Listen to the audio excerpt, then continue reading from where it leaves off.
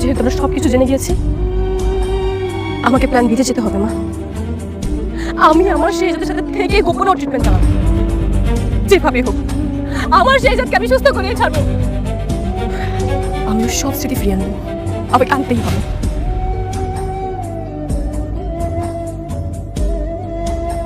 গোলামের যত অতীত, তার অগাধ টাকা, অগাধ ক্ষমতা, সবই চাপা পড়ে আছে স্মৃতি হারানোর এই খেলায়। যদি কখনো স্মৃতি ফিরে আসে, কি হবে আমি নিজেও জানি না।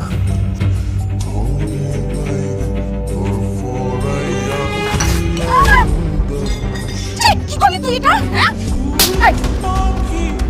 চাকরের বাচ্চা, হ্যাঁ কি করলি তুই এটা? তুই জানিস আমার শাড়ির দাম কত? সরি আম্মা, আমি ইচ্ছা করে ফালাইনি, আমি কত খেয়ে পড়ে গেছি, আমার মাফ করে দেন মা। সরি কিসের সরি? তোকে না এভাবে সকাল বিকাল মারা উচিত, তাহলে তুই বুঝতে পারবি যে ভুলের ফলাফল কি হয়। ওরা এত দামি শাড়ি এখন এটা মন চাচ্ছে স্যান্ডেল না করে দাঁড়া, আপনি ওর সাথে এমন ব্যবহার করছেন কেন? কি করেছো? কি করেছে দেখ, আমার এত দামি শাড়ি তার উপর চা ফেলে দিয়েছে। তো কি হয়েছে?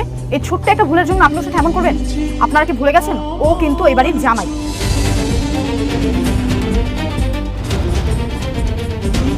আজ ওর গায়ে হাত তুলেছেন, আমি কিচ্ছু বললাম না, কিন্তু নেক্সট টাইম ওর গায়ে আবার হাত তুললে আমি কিন্তু ছাড়বো না। তুই একটা সামান্য চাকরির জন্য আমার সাথে চোখ রাঙিয়ে কথা বলছিস? কি করবি তুই? হ্যাঁ, নেক্সট টাইম যদি ওর গায়ে হাত তুলি কি করবি তুই? ওই হাত আমি ভেঙে দিব।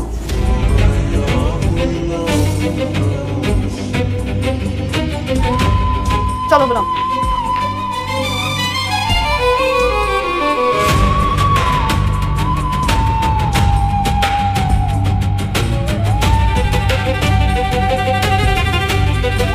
দেখলি